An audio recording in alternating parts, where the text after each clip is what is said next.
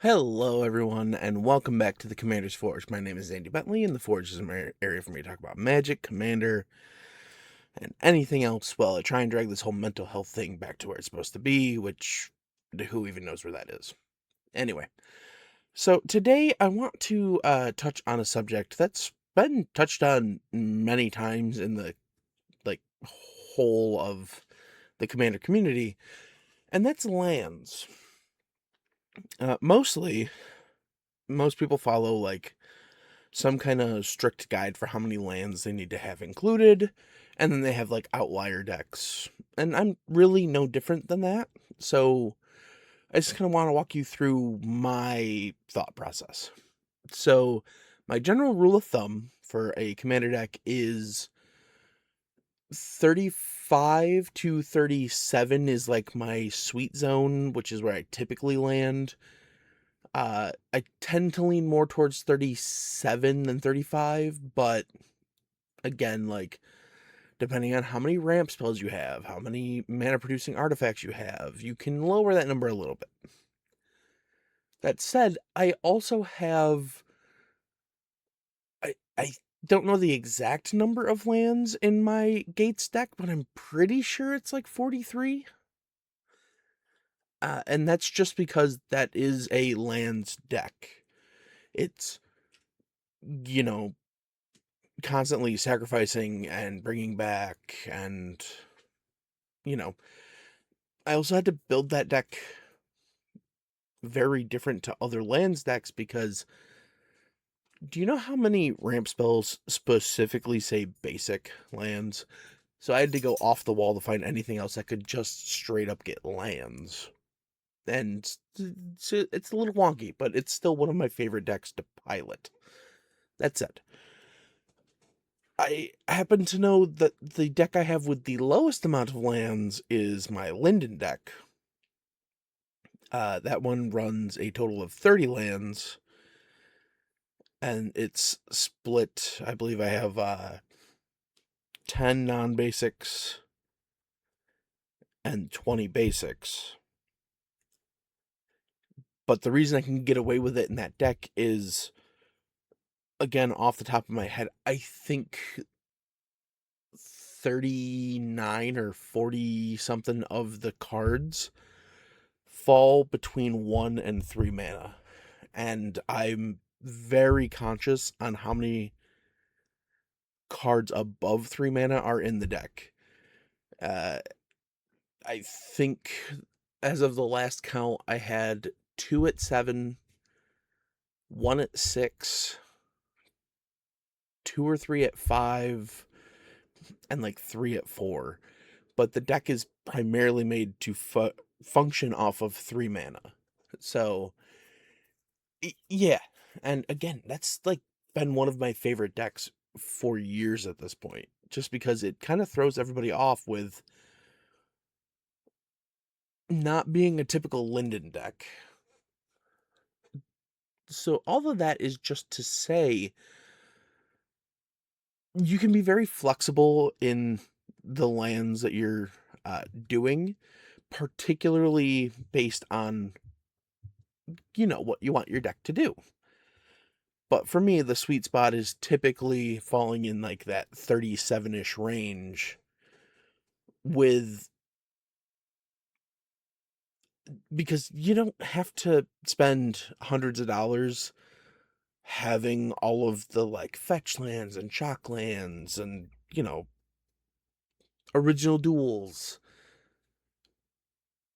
As you're playing, slowly collect those things so that you have a few of them, and then you can just use them wherever you need to. But that said, there's nothing wrong with running mostly basics and the things that can fetch basic lands, like Evolving Wilds, Myriad Landscape, Verdant Cityscape. There's no shame in that. Like, we all start somewhere and we all kind of figure out our play style as we go along. You know what I mean? Anyway, that's just a brief little touch on how I look at lands. And now I'm going to take a little break, and when I come back, we're going to talk about the dwarf deck that I put together. So I'll be right back.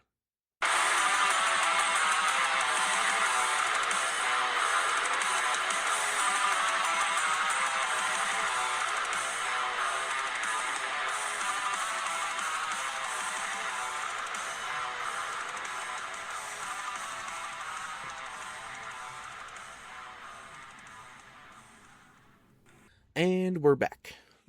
Now, this does not look like your traditional Boros equipment deck because it's just not. It's a dwarf deck first and an equipment deck second. And I played a lot of my equipment into that. So let's start with who I did settle on for the commander. That's Thorin Oakenshield. He's a red and a white for a 3/2 dwarf noble with trample, storied, and as long as you have an enduring story, artifacts and creatures you control have ward 1. And storied is if you control 3 or more artifacts, legendaries, and or sagas, you have an enduring story for the rest of the game. So once it's on the board, you don't lose it. So the whole point of this deck came from the fact that Lord of the Rings just injected a metric ton of dwarves into Commander. So let's start with the ones that aren't from Lord of the Rings, or more specifically, the new Lord of the Rings. And then we'll go from there. So starting off, I really did want this to be like, an equipment deck. And so there were a couple of dwarves that care about that. First off, we have other ones that were like really in contention to be the commander for this deck, with like Rayov Master Smith, which is again a red and a white for a 2/2 dwarf artificer, and whenever a creature control that's enchanted or equipped attacks, it gains double strike till end of turn. Also very good if you're running like an equipment deck. Next up we have Goit, King of the Dwarves. Again, a red and a white for a 1/1 dwarf noble with double strike. Whenever he or another dwarf you control enters, and whenever an equipment you control enters, you may discard a card. If you do, draw a card. Again, plays into the dwarves and equipment stuff. Brunor Battlehammer is 2 a red and a white for a 5/3 dwarf warrior. Each creature you control gets +2/+0 for each equipment attached to it, and you may pay 0 rather than pay the equip cost for the first equip ability you activate each turn.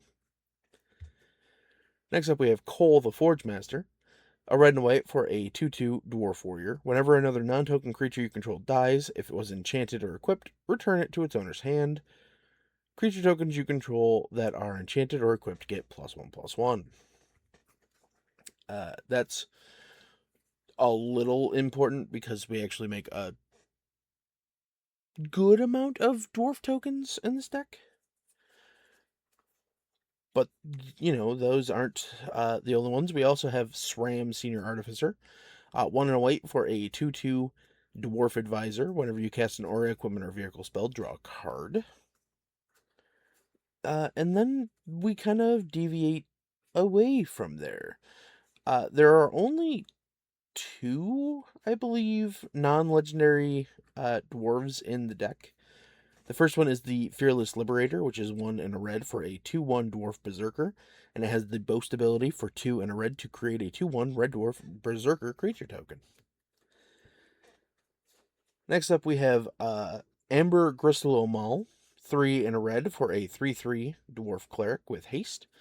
Whenever she attacks, you may discard your hand. If you do, draw a card for each player being attacked. She has choose a background, but that's not important here. We have Depala, Pilot Exemplar, 1 red and a white for a 3/3 Dwarf Pilot. Says other dwarves you control get +1/+1, and each vehicle you control gets +1/+1 as long as it's a creature. But whenever she becomes tapped, you can pay X. If you do, reveal the top X cards of your library, put all dwarf and vehicle cards from among them into your hand, put the rest on the bottom of your library in a random order. There are 0 vehicles in this deck, and it's just all dwarves. Alright, now to round out the ones that aren't from Lord of the Rings and or the new Hobbit set. We have Torbren, Thane of Redfell, 1 and red for a 2/4 Dwarf Noble. If a red source you control would deal damage to an opponent, or opponent controls, it deals that much damage plus 2 damage instead. I decided to include him because most of the creatures are at least partial red. There's only a few that are mono white, and so it kind of made sense. Anyway, next up we have Kedrick, Soul Kindler, 2 a red and white for a 4/3 dwarf wizard. The legend rule doesn't apply to tokens you control, and whenever another non-token legendary permanent enters the battlefield under your control, you can pay 1. If you do, create a token that's a copy of it. Token gains haste, sacrifice it at the beginning of the next end step.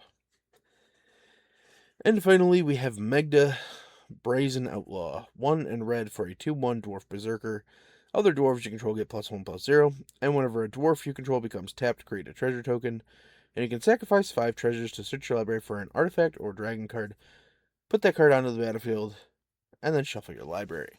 So this is important to say. I did include 2 dragons. Just for the thematic bit of it. So I have Smaug the Magnificent, 2 red for a 4/3 dragon with flying and haste. Whenever he attacks, he deals damage equal to the number of treasures you control to any target. At the beginning of your upkeep, create a treasure. The other dragon I included was the Inferno of the Star Mounts, 4 red for a 6/6 dragon. The spell can't be countered, flying, haste, and for a red, it gets +1/+0 to end a turn. When its power becomes 20 this way, it deals 20 damage to any target. Yeah, it was just, as soon as I put Magda into the pile, I was like, I want to sneak a couple of dragons in there as like a reference to The Hobbit, but, you know. Now we're going to get into the mass of creatures from Lord of the Rings and The Hobbit. I'm going to start with the couple I included from Lord of the Rings, which are Glowing Dwarf Emissary, 2 and a red for a 3/3 Dwarf Advisor. Whenever you cast a historic spell, make a treasure token. You can tap him and sack a treasure to goad target creature. And the other one is Gimli, Counter of Kills, 3 and a red for a 4/3 Dwarf Warrior with Trample. And whenever a creature an opponent controls dies, Gimli, Counter of Kills, deals 1 damage to that creature's controller. Alright, now moving on into the Hobbit creatures. I'm going to start with the second and last non-legendary creature we have, which is Dane's Company. A red and a white for a 2/2 Dwarf Warrior. Creature has lifelink as long as you control another dwarf. When it enters, look at the top 4 cards of your library. You may reveal a dwarf or equipment card from among them, put it into your hand, put the rest on the bottom of your library in a random order. Alright, next up, we're going to go through the ones that have spells attached to them. So first up, we have Beaufort Reliable Guardian, which is a single white for 1/1 Dwarf Scout with lifelink, but it has the Concerted Care Adventure on it for 1 and a white. It's an instant. Target artifact or creature you control gains hexproof and indestructible till end of turn. So this pulls double duty as a protection spell and, a dwarf. Next up, we have Glowing the Mighty, which is 3 and a red for a 4/3 Dwarf Warrior. At the beginning of your first main phase, add red. And it has the adventure Easy Pickins on there, which is 2 and a red for a sorcery. Deals 1 damage to each creature your opponent controls. Your opponent's control. There we go. And now we get into the everything else, I guess, creature-wise. First up, we have Killy the Resourceful, 1 and a white for a 1/2 Dwarf Scout with Storied. As long as you have the Enduring Story, you may pay 0 rather than pay the equip cost of the first equip ability you activate each turn. And whenever another dwarf or equipment you control enters, draw a card. This ability triggers only once each turn. Next, we have Philly the Pathfinder, 3 and a white for a 2/2 Dwarf Scout with Storied. As long as you have an Enduring Story, creatures you control get +1/+1, and whenever Philly or another non-token dwarf you control enters, create a 2/2 red dwarf creature token. Next up, we have Ori the Plate Stacker, 5 white for a 3/3 dwarf bard. When Ori enters, destroy all artifacts and enchantments your opponents control. You gain 1 life for each permanent destroyed this way. Next up, we have Dane, Lord of the Iron Hills, which is 1 and a white for a 2/2 dwarf noble with vigilance and storied. As long as you have an enduring story, creatures can't attack you unless the controller pays 1 for each of those creatures. Next up, we have Dane Ironfoot, 2 and a red for a 1/4 dwarf warrior. When Dane enters, create a colorless equipment artifact token named Axe with equip creature gets +1/+0 and equips for 2. When you do, attach it to target creature you control. Whenever Dane attacks, each equipped attacking creature gains double strike until end of turn. Next up, we have Dory, Bearer of Friends, 2 and a red for a 3/2 dwarf warrior with trample. When Dory enters, create a treasure token. Next, we have Oin the Brave, 1 and a red for a 1/3 dwarf warrior with storied. As long as you have an enduring story, Oin gets +1/+0 and has haste, and you can pay 1 and tap him to discard a card and draw a card. After him, we have Thorin the Mountain King, 3 and a red for a 3/4 dwarf noble with trample. When he enters, attach any number of target equipment you control to target creature you control. When 1 or more equipment becomes attached to that creature this way, that creature deals damage equal to its power to up to 1 target creature. Now, in Choose the Ones that are split colors, we have Nori, Teller of Tales, 1 and a hybrid Boros. For a 2/2 dwarf bard, whenever he attacks, target attacking creature gains first strike till end of turn. Next up, we have Dwalin, Weapon Master, 1 and a hybrid Boros for a 2/1 dwarf warrior with first strike. And whenever he enters or attacks, you put a hone counter on each equipment you control. And this does describe that each hone counter on an equipment grants +1/+0 to the equipped creature. And finally, for the creatures here, we have Biphermeletic Rider, which is 4 and 2 hybrid Boros for a 4/5 dwarf bard with storied. Whenever he enters or attacks, put a counter, +1/+1 counter on target creature. As long as you have an enduring story, if an ability of a dwarf you control triggers, that ability triggers an additional time. So, yeah, lots and lots of dwarves. But again, this is an equipment deck that runs, some things you would expect and some things you would not expect.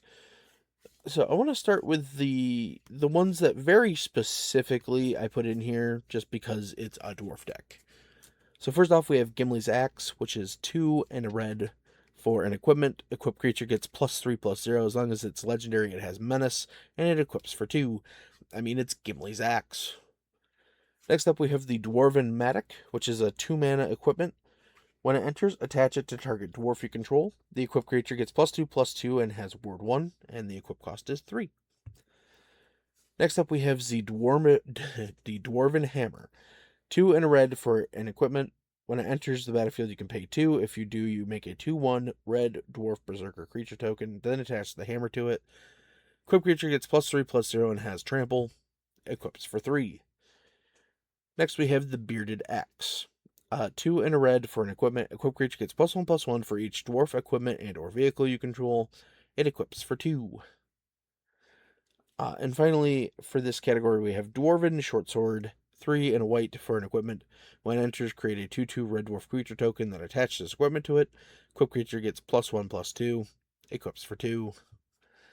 Not the most impressive, but also still comes with a 2/2 body.